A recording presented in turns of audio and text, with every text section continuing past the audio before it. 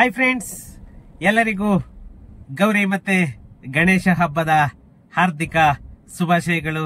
ಎಲ್ಲರಿಗೂ ನಮ್ಮ ಗಣೇಶ ವಿದ್ಯೆ, ಬುದ್ಧಿ, ಆಯುರ, ಆರೋಗ್ಯ ಎಲ್ಲವನ್ನು ಕೊಟ್ಟು ಎಲ್ಲರನ್ನು ಚೆನ್ನಾಗಿ ಇಟ್ಟಿರ್ಲಿ ಅಂತ ಹೇಳ್ತಾ ಇವತ್ತು ಒಂದು ತುಂಬಾನೇ ಮುಖ್ಯವಾದ ವಿಷಯದ ಬಗ್ಗೆ ಮಾತಾಡೋಣ ಅಂತ ಹೇಳ್ಬಿಟ್ಟು ನಿಮ್ ಮುಂದೆ ಬಂದಿದ್ದೇನೆ. ಏನಂತ ಅಂದ್ರೆ ಫ್ರೆಂಡ್ಸ್, ನಮ್ಮ ಕರ್ನಾಟಕ ಸರ್ಕಾರ ಏನು ಈ ಬಿಸ್ನೆಸ್ ಕಾರಿಡಾರ್ ಯೋಜನೆ PRR ಪೆರಿಫೆರಲ್ ರಿಂಗ್ ರೋಡ್ ಅನ್ನೋ ಒಂದು ಯೋಜನೆಯನ್ನ ಏನ್ ತಗೊಂಡ್ ಬಂತು, ಅವತ್ತಿಂದ ಎಷ್ಟೋ ಲಕ್ಷಾಂತರ ಕುಟುಂಬಗಳು ನಿದ್ದೆ ಗೆಡ್ತಾ ಇದ್ದಾರೆ. ಯಾಕಂತ ಅಂದ್ರೆ 2005ರಿಂದನೂ ಇಲ್ಲಿವರೆಗೂ ಕೂಡ ಅವರು ಅಕ್ವೈರ್ ಮಾಡ್ಕೊಳ್ತಾನೆ ಇದ್ದಾರೆ, ಪ್ರಾಜೆಕ್ಟ್ ಮಾಡ್ತಾನೆ ಇದ್ದಾರೆ, ಅಕ್ವೈರ್ ಮಾಡ್ಕೊಳ್ತಾನೆ ಇದ್ದಾರೆ, ಪ್ರಾಜೆಕ್ಟ್ ಮಾಡ್ತಾನೆ ಇದ್ದಾರೆ. ಈ ಕಡೆ ಜನಗಳು ಆ ಪ್ರಾಪರ್ಟಿನ ಮಾರ್ದಂಗಲ್ಲ, ತಿಂದಂಗಲ್ಲ, ಈ ಕಡೆ ಮನೆ ಕಟ್ಕೊಂಡಂಗಲ್ಲ. ಆ ತರ ಆದ್ರೂ ಕೂಡ ಧೈರ್ಯ ಮಾಡಿ ಯಾರೋ ಮನೆ ಕಟ್ಕೊಂಡಿರೋರಿಗೆ ಇವತ್ತು ಒಂದು ನೆಮ್ಮದಿ ಇಲ್ದಿರ ಮಾಡ್ಬಿಟ್ಟಿದೆ ನಮ್ಮ ಕರ್ನಾಟಕ ಸರ್ಕಾರ.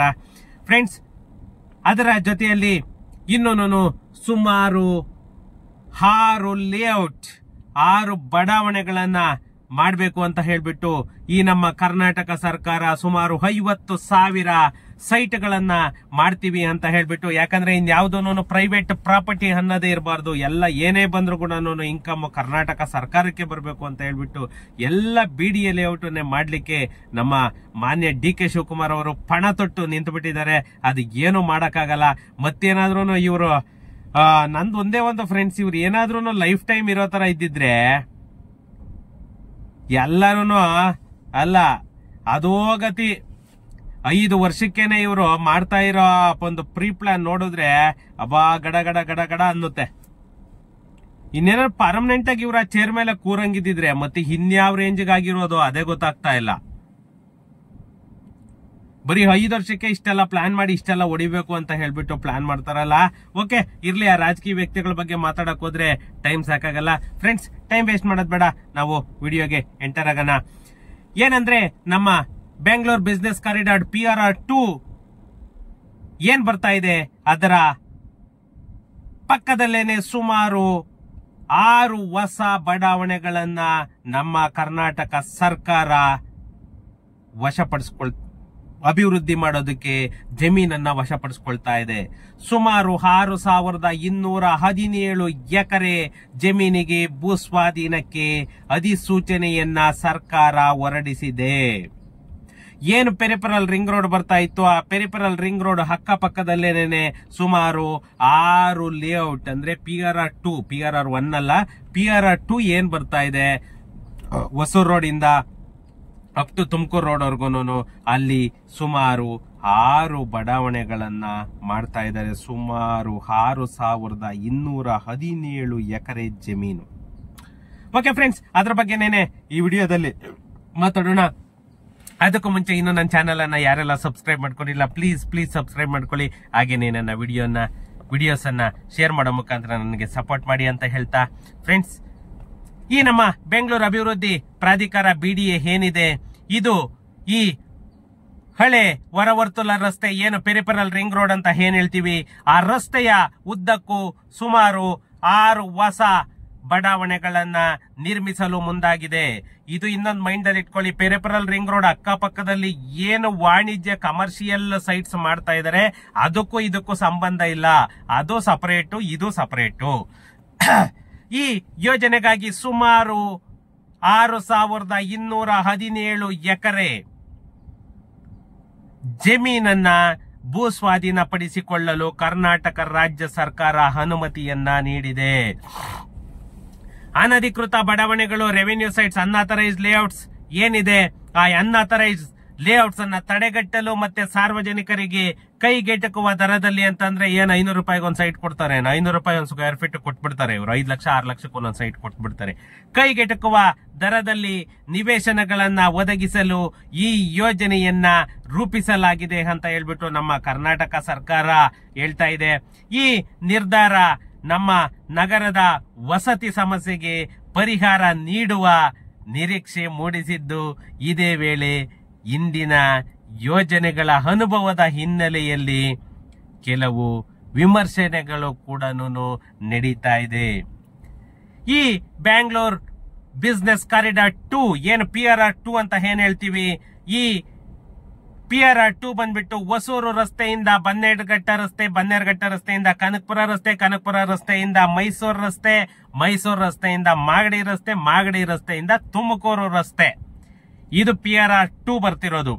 ಈ ರಸ್ತೆಗೆ ಹೊಂದಿಕೊಂಡಂತೆ ಸುಮಾರು 6 ಬಡಾವಣೆಗಳನ್ನ ನಿರ್ಮಿಸಲಿದೆ. ಎಲ್ಲರೂ ಸುಳ್ಳು ಸುಳ್ಳು ಸುಳ್ಳು ಅಂತ ಹೇಳ್ತಾ ಇದ್ರು, ಇದು 100% ಫ್ಯಾಕ್ಟ್, ನಿಜ ಇದು. ಈ 6 ಬಡಾವಣೆಗಳನ್ನ ಏನು ಮಾಡ್ತಾ ಇದ್ದಾರೆ ನಮ್ಮ ಕರ್ನಾಟಕ ಸರ್ಕಾರದವರು, ಅದು ಬಂದ್ಬಿಟ್ಟು ನೋಡಿ, ಬೆಟ್ಟದಾಸ್ಪುರ, ಹುಲಿಮಂಗಲ, ಬಿಂಗಿಪುರ, ಇದರಲ್ಲಿ ಸುಮಾರು 516 ಎಕರೆ, ಮತ್ತೆ ಉಲ್ಲಳ್ಳಿ, ಒಮ್ಮದೇವನಹಳ್ಳಿ ಮತ್ತೆ ಬೇಗೂರು, ಇಲ್ಲಿ ಸುಮಾರು 216 ಎಕರೆ, ಮೈಲ್ಸಂದ್ರ, ಕಬ್ಬನಹಳ್ಳಿ, ಎಲ್ಲೇನಹಳ್ಳಿ, ಉಲ್ಲಳ್ಳಿ ಸುಮಾರು 510 ಎಕರೆ.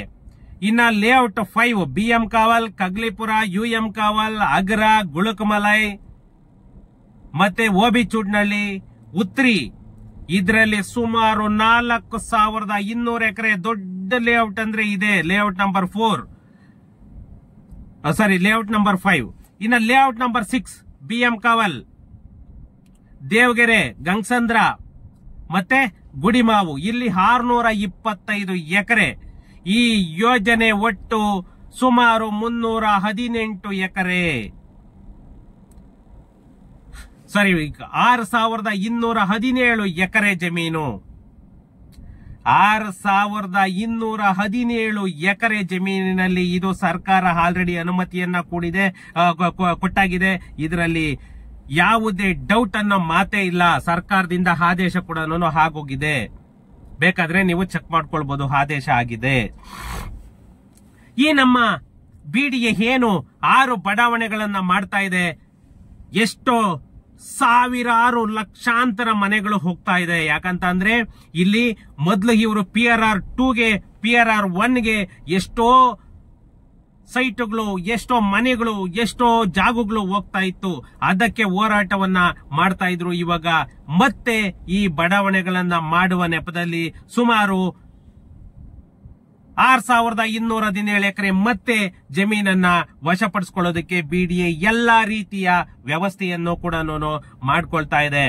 ಈ ಭೂಸ್ವಾಧೀನ ಮಾಡ್ಕೊಳ್ತಾ ಇರುವಂತ ಕರ್ನಾಟಕ ಸರ್ಕಾರ ಏನು ಷರತ್ತನ್ನ ಹಾಕಿದೆ ಅಂತ ಅಂದ್ರೆ, ನಮ್ಮ BDA ಭೂಸ್ವಾಧೀನ ಪ್ರಕ್ರಿಯೆಯನ್ನ ಕೈಗೊಳ್ಳುವಾಗ ಸುಮಾರು ಸರ್ಕಾರ ಕೆಲವು ಪ್ರಮುಖ ಷರತ್ತುಗಳನ್ನ ಕೂಡ ವಿಧಿಸಿದೆ.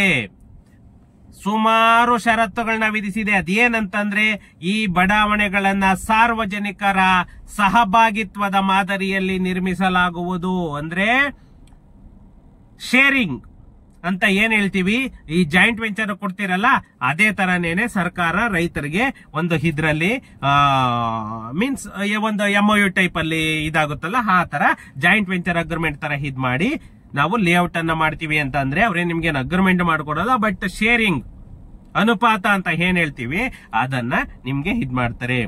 ಜಮೀನು ಕಳೆದುಕೊಳ್ಳುವಂತಹ ಭೂ ಮಾಲೀಕರಿಗೆ ಅಭಿವೃದ್ಧಿ ಪಡಿಸಿದಂತಹ ನಿವೇಶನದ ವಿಸ್ತೀರ್ಣ 40-60 ಅನುಪಾತದಲ್ಲಿ ಹಂಚಿಕೆಯಾಗುತ್ತದೆ ಅಥವಾ ನಗದು ಪರಿಹಾರ ನೀಡಲಾಗುತ್ತದೆ. ಕ್ಯಾಶ್ ಬೇಕಂದ್ರೆ ಕ್ಯಾಶು, ಇಲ್ಲ ಅಂತಂದ್ರೆ ನಿಮ್ಗೆ 40% ಏನು ಶೇರಿಂಗ್ ಬೇಕೋ ಆ ಶೇರಿಂಗ್ ಸೈಟ್ಗಳು ಬೇಕಾದ್ರೂ ಕೂಡ ತಗೊಳ್ಬಹುದು.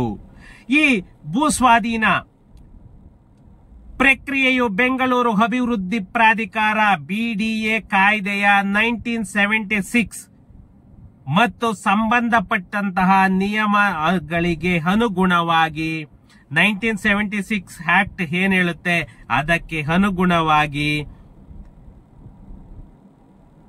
ಸರ್ಕಾರ ಷರತ್ತುಬದ್ಧ ಜಮೀನಿನ ವಶಪಡಿಸಿಕೊಳ್ಳಲು ಎಲ್ಲ ರೀತಿಯ ಸಮ್ಮತಿಯನ್ನ ನೀಡಿದೆ. ಏನ್ 1976 ಆಗ್ತಿದೆ ಅದರ ಪ್ರಕಾರ ನಾವು ವಶಪಡಿಸ್ಕೊಳ್ತೇವೆ ಅಂತ ಹೇಳ್ಬಿಟ್ಟು ಕರ್ನಾಟಕ ಸರ್ಕಾರ ಹೇಳ್ತಾ ಇರೋದು. ಈ ನಮ್ಮ ಕರ್ನಾಟಕ ಸರ್ಕಾರ ಏನು ಈ BDA ಲೇಔಟ್ ಅನ್ನ ಮಾಡ್ತಾ ಇದೆ, ಅದರಲ್ಲಿ ಸುಮಾರು 40% ರೈತರಿಗೆ ಸೈಟ್ಗಳನ್ನ ಕೊಡ್ತೀವಿ ಅಂತ ಹೇಳ್ಬಿಟ್ಟು ಹೇಳ್ತಾ ಇರೋದು. ಇನ್ನ 60% ಏನಿದೆ ಅದನ್ನ ಸರ್ಕಾರ ತಗೊಳ್ತಾ ಇರೋದು. ಅಥವಾ ನಮ್ಗೆ ಸೈಟ್ಗಳು ಬೇಡ ಅಂತ ಅಂದ್ರೆ ಏನು 1976 ಆಕ್ಟ್ ಇದೆ ಅದರ ಪ್ರಕಾರ ನಿಮ್ಗೆ ಪರಿಹಾರದ ಮೊತ್ತವನ್ನ ಕೂಡ ಕೊಡ್ಲಿಕ್ಕೆ ನಮ್ಮ ಕರ್ನಾಟಕ ಸರ್ಕಾರ ಮುಂದಾಗಿದೆ. ಈ ನಮ್ಮ ಕರ್ನಾಟಕ ಸರ್ಕಾರದ ಮೂಲ ಉದ್ದೇಶ ಏನು, ಯಾಕೆ ಈ BDA ಲೇಔಟ್ಗಳು ಇಷ್ಟೆಲ್ಲ ತಲೆ ಕೆಡಿಸ್ಕೊಳ್ತಾ ಇದೆ ಅಂತಂದ್ರೆ ಇವ್ರು ಕೊಡೋ ರೀಸನ್ ಒಂದೇನೇನೆ, ಅನಧಿಕೃತ ಬಡಾವಣೆಗಳನ್ನ ನಾವು ತಡೆಗಟ್ಟಬೇಕು. ಏನ್ ಅನ್ಆಥರೈಸ್ಡ್ ಲೇಔಟ್ಸ್ ಮಾಡಿ ಬಿಲ್ಡರ್ಗಳು ದುಡ್ಡು ಮಾಡ್ತಾ ಇದ್ದಾರೆ ಅದನ್ನ ನಾವು ತಡಿಬೇಕು. ಇದೇನೇನೆ ನಮ್ಮ ಯೋಜನೆಯ ಮೂಲ ಉದ್ದೇಶ ಅಂತ ಹೇಳ್ಬಿಟ್ಟು ನಮ್ಮ ಕರ್ನಾಟಕ ಸರ್ಕಾರ ಹೇಳ್ತಾ ಇರುವಂತದ್ದು. ಇನ್ನು ಈ ಸಾರ್ವಜನಿಕರಿಗೆ ವಸತಿ ಸೌಲಭ್ಯವನ್ನ ನಾವು ಒದಗಿಸ್ತೀವಿ. ಯಾವ ತರ ಒದಗಿಸ್ತಾರೆ? ಪ್ರೈವೇಟ್ ಪ್ರಾಪರ್ಟಿಗಳನ್ನ ಅಕ್ವೈರ್ ಮಾಡ್ಕೊಂಡು ಇವರು ವಸತಿ ಸೌಲಭ್ಯನ ಏನ್ ಫ್ರೀ ಆಗಿ ಕೊಡ್ತಾರ? ಅದಕ್ಕೂ ಕೂಡ ಇವಾಗ ಎಕ್ಸಾಂಪಲ್ ಶಿವರಾಮ್ ಕಾರಂತನಗರ್ 4,800 ರೂಪಾಯಿನ ಅನೌನ್ಸ್ ಮಾಡವ್ರೆ. ಇವಾಗ ಅಲ್ಲೆಲ್ಲೋ ಕಾಡಲ್ಲಿ ಮಾಡ್ತಾರ, ಅಲ್ಲೂ 4,000 ರೂಪಾಯಿ ಕಡಿಮೆ ಎಲ್ಲೂ ಕೊಡಲ್ಲ. ಇನ್ನೊಂದು ಈ PRR ರಸ್ತೆಯಿಂದ ಸಂಚಾರ ದಟ್ಟಣೆಯನ್ನು ಕೂಡ ನಾವು ಕಡಿಮೆ ಮಾಡ್ತಾ ಇದ್ದೇವೆ, ತುಂಬಾನೇ ಇಳಿಕೆ ಆಗುತ್ತೆ ಅಂತ ಹೇಳ್ಬಿಟ್ಟು ನಮ್ಮ ಕರ್ನಾಟಕ ಸರ್ಕಾರ ಹೇಳ್ತಾ ಇರುವಂತದ್ದು. ಇನ್ನೊಂದೇನಂತ ಅಂದ್ರೆ ಇಲ್ಲಿ ಇವ್ರು ಮಾಡ್ತಾ ಇರೋದೆಲ್ಲ ಓಕೆ, ಆದರೆ ಪರಿಹಾರ ಮಾತ್ರ ಇಮ್ಮಿಡಿಯೇಟ್ ಸಿಗೋದಿಲ್ಲ. ಪರಿಹಾರ ಮಾತ್ರ ಇಮ್ಮಿಡಿಯೇಟ್ ಸಿಗೋ ಸೀನ್ ಇಲ್ಲ. ಇದು 100% ಫ್ಯಾಕ್ಟ್. ಇವಾಗ 2005ರಾಗೆ PRR ರಿಂಗ್ ರೋಡ್ ಅನ್ನ ಅನೌನ್ಸ್ ಮಾಡಿದ್ರು, 2025ರಾಗ ಇದ್ ಮಾಡ್ಕೊಳ್ತಾ ಇದಾರೆ. ಇವಾಗ ಈ ಬಡಾವಣೆಗಳು ಅಂತ ಅನೌನ್ಸ್ ಮಾಡಿದ್ದಾರೆ, ನೆಕ್ಸ್ಟ್ ಯಾವಾಗ ಡೆವಲಪ್ಮೆಂಟ್ ಸ್ಟಾರ್ಟ್ ಮಾಡ್ಕೊಳ್ತಾರೋ ನೋಡ್ಬೇಕು. ಯಾಕಂತಂದ್ರೆ ಈ BDA ಏನು ಹಿಂದಿನ ಯೋಜನೆಗಳಾದಂತಹ ನಮ್ಮ ನಾಡಪ್ರಭು ಕೆಂಪೇಗೌಡ ಲೇಔಟ್, ಮತ್ತೆ ಹರ್ಕಾವತಿ ಲೇಔಟ್, ಮತ್ತೆ ವಿಶ್ವೇಶ್ವರಯ್ಯ ಲೇಔಟ್, ಮತ್ತೆ ಹಂಜನಾಪುರ, ಇವೆಲ್ಲವುದ್ರಲ್ಲೂ ಕೂಡ ಪರಿಹಾರವನ್ನ ಕೊಡೋದಕ್ಕೆ ವಿಳಂಬನೆ ಆಗಿರೋದು. ಇದೇನೇನೆ ಮೇಜರ್ ಸಮಸ್ಯೆ ಆಗಿರೋದು ರೈತರಿಗೆ.